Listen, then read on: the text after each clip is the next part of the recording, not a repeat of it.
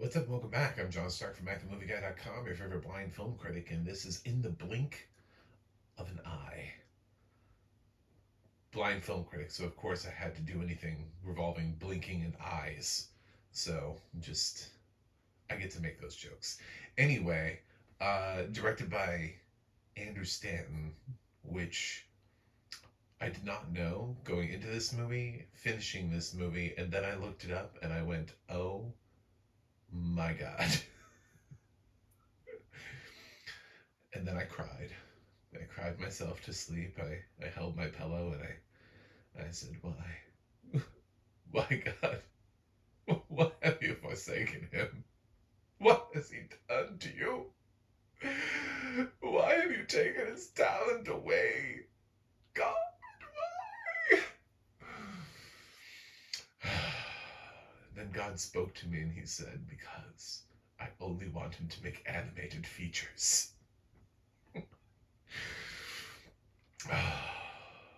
This movie's terrible.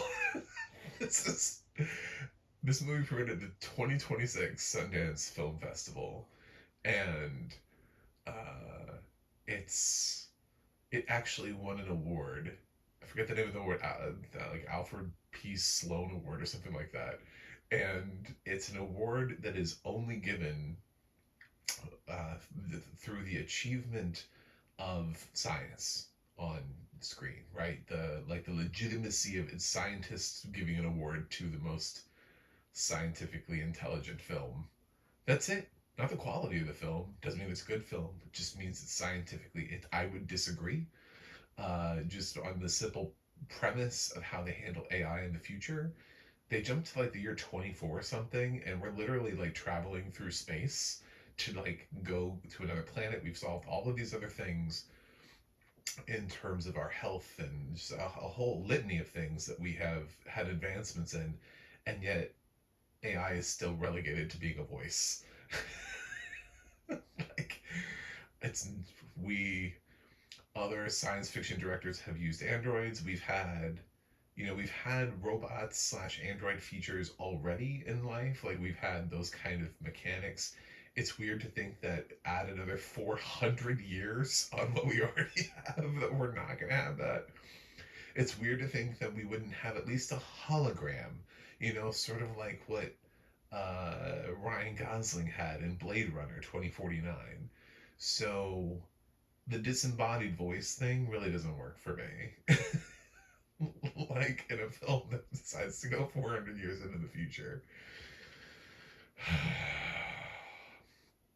So, what is this movie?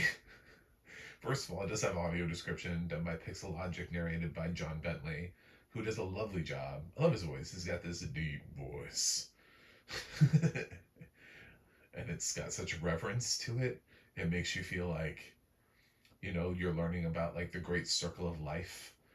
Like if Disney's ever looking for somebody to voice a Mufasa, I think John Bentley is really close to that. Or Vader.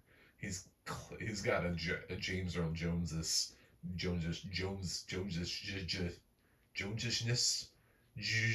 I don't know how to pluralize that or do anything with that word. Jones is in that quality. Uh, my mind melted. I fell asleep during this in the blink of an eye. I don't even know. I have a problem with putting things like officially on reviews that I did not finish. I'm a little bit less with like films that I fell asleep in and I missed like part of it, because then it's like, what if I had been in the bathroom? Like, movie critics go to the bathroom all the time, and sometimes you need to poop. You know what I'm saying? Like, and that is not a quick trip. That is at least a few minutes, which means you missed at least a few minutes of the film, and then you're going to review it, right? I would think.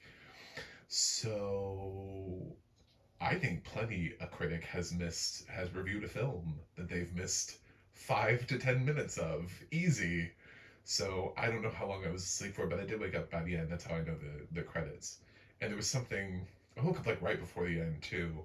And they were gathered around a body on the ground, and I didn't understand it. I was like, what is this? What's happening? So, um,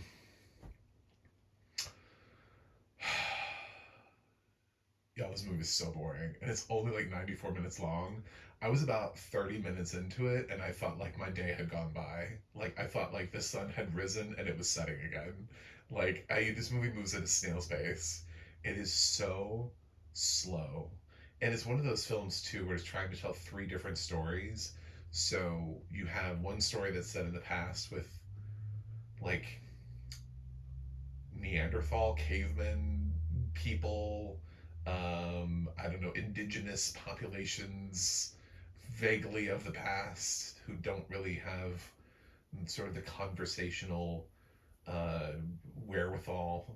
I don't even, I don't think they talked. Uh, they, they just communicated through physicality, which allowed for great audio description from PixelLogic and John Bentley, but yeah, the deeply boring.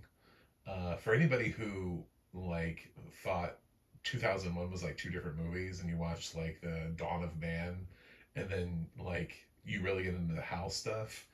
It's sort of like that, but then there's this like midsection, right? So it'd be like if you had a boring version of 2001 that was condensed into like 90 minutes, and then in the middle of the Dawn of Man segment and the Howl segment, there was something that just took place in like the 1960s. Just like some people in your current time period. Um, they're trying to do this thing with this acorn that's passed through generations, through time, and they're like they got to take this acorn into space. It's like symbolism. Um, Kate McKinnon is interesting in her attempt to do a dramatic role here. She is in the future segment, like off in space talking with AI the whole time. And the middle segment is Rashida Jones and Daveed Diggs sort of dominate the middle segment. And I don't know who's in the other one. I don't really care. Um, and it jumps around. It makes Cloud Atlas look intelligent, which is a hard push. I know, like, for the people who are like Cloud Atlas, you know, faithfuls, who have loved Cloud Atlas and feel like that film has never gotten its due, congratulations. Everybody's going to appreciate Cloud Atlas more because Andrew Stanton somehow managed to make a very similar movie, but make it worse and shorter. Cloud Atlas is long and tells more stories and has more to do and is still like a convoluted mess at times. This movie is short, has less stories to tell, and is somehow worse. So,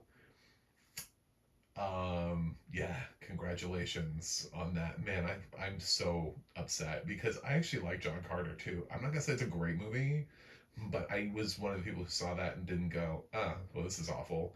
Like, I was kind of like, this is all right. I mean, from the director of Wally, I definitely had higher expectations, but Wally's one of my favorite films of all time.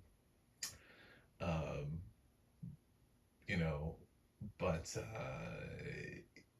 this is nowhere near that. This is like this is so deflating. This is like what has been happening to some of our other directors, where you see them of late and you see that there's a film and it's like directed by somebody who directed something way better, but like 20 years ago. And suddenly they're doing like some random Netflix movie. And you're like, what is happening to these people with their careers? And they've all done better movies before. You know, I like a litany of people that I keep seeing stumbling into these films. Um, that I'm trying to think of off the top of my head.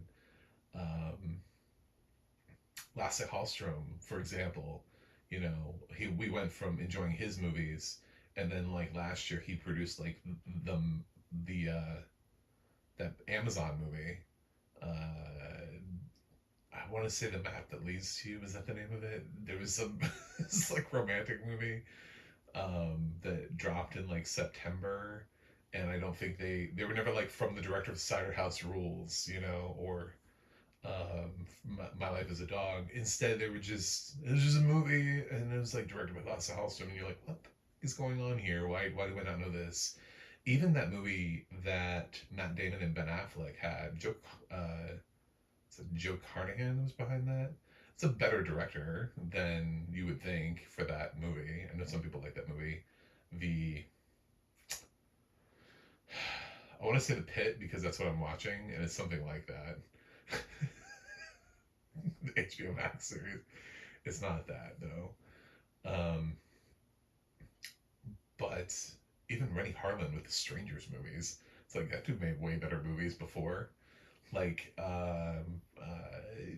Play Dirty, the Shane Black movie.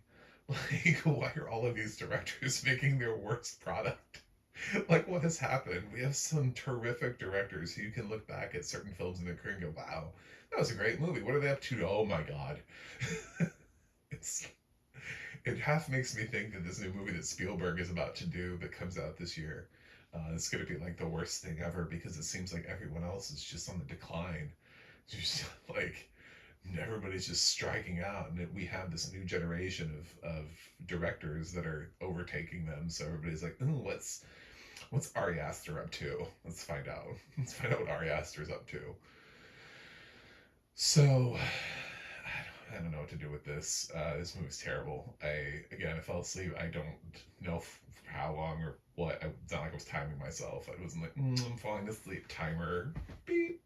It was enough that I got like the three storylines, and then I was like dozing off. The worst part about it is I didn't watch this at home.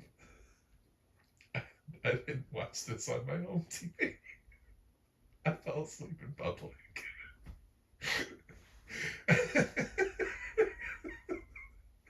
So this movie has its own like little special place in hell where I looked like a dumbass I was sleeping in public because this movie was so boring. So, um,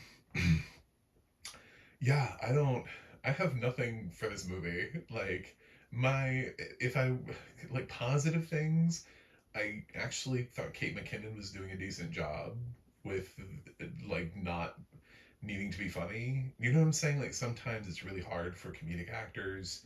It's like they feel like they have to, but Kate was really committed to the idea of just playing this straight and not having to bring any laughter to it and not trying to find a punchline or find the funny or have like quirky fun debates. Probably would have made the movie more interesting if she had had more banter with her AI. But no, there's a seriousness here that Kate McKinnon I think is appreciative of the fact that she's been cast in a dramatic role. Rashida Jones and Daveed Diggs have never been more boring in their entire life, more void of personality. I mean, both of them fantastic actors, but their segment was deeply boring because there's nothing interesting in it. It's like Andrew Stanton directs sort of like these imaginative things, and he's trying to direct like 2025. You know them saying it's like, okay, and what about it? You know, I mean, like he has. I think he's not good with current. You know, I think he's good with the fantasy. He's good with the fantastical. He's better with that kind of stuff because by far the most interesting segments are the ones where he either has to go into the past or the future. But I thought Rashida and David's segments were just dreadful. Um, and then the past is honestly pretty dull and boring too. It's nothing that we haven't seen before, and it wasn't really compelling enough. It just kind of felt like the kind of bullshit that you would see in Cloud Atlas for the same similar segment where they went back in time for that and played sort of like Neanderthalish characters. I can't recommend this to anyone. I can't. This movie's not good. Um, I saw worse movies last year where I couldn't think of anything nice to say. At least here, I can say thank you for giving Kate McKinnon something to do that will push her career in a direction. I think there might be some interesting science fiction concepts here. That's about it. There's really not much more here. Like it's a more intelligent film than War of the Worlds, but that's like not, the bar is not high. Like that is a very low bar. That's like being served broken glass, and then after that being served like expired food, and you're like, well, at least we're moving in the right direction. The first thing wasn't edible, and this thing at least at some point was edible. So, um, I can't. There's nothing about this movie. And like I said, I was out, and I was out in public. Yo, that's like a different level. Because usually when you're out in public, you're like, no, I gotta stay awake. Can't fall asleep in public. I don't even know. I hope people. I don't know how many people saw me. I don't know if I was like drooling or I don't know anything like that. It just this movie knocked me out. So if you're looking for something to fall asleep to in the blink of an eye, well, that's this is it'll knock you out. Just just straight up. Um, yeah, I'm gonna give this like a I'm gonna give it like a 1.9 out of 10. I really do not like this movie. I'm scoring it high enough so that it's above like um a couple of the really bad films from last year, but it's still below some of the really bad movies from last year. I think that's like it's approximately the score I gave like Gunslingers, just to give it like in case you're like, where how bad are you talking about? And I was like, did you see that really shitty Nicolas Cage Steven Dorff movie? I stayed awake during that. I didn't like myself for it, but I stayed awake during it. Um. Anyway, man, how do you pick up a 94-minute movie? Like, how do you make a 94-minute movie feel like it's a 4-hour movie? That's a special kind of hell. Like that's I don't know. My heart breaks. Truly, I know I'm joking, and like a lot of this stuff is probably like Andrew Stanton would cry. But dude, I'm crying for you. I fucking love Wally. I love Finding Nemo, and I don't even hate John Carter. Like this makes me want to go and review John Carter just so that people go, oh, he's on record as not having hated John Carter. Like this is on a completely different level of misguided, just poorly. There's a reason why Disney like put this on Hulu and just walked away. And they did it on Hulu in the earlier part of the year, and they were just like, hopefully nobody will notice. They literally, they just kind of hit it on Hulu. And so, um, that's it. That's what I got. Stay away from it. Thanks for watching. Thanks for subscribing, and I'll see you guys on the other side.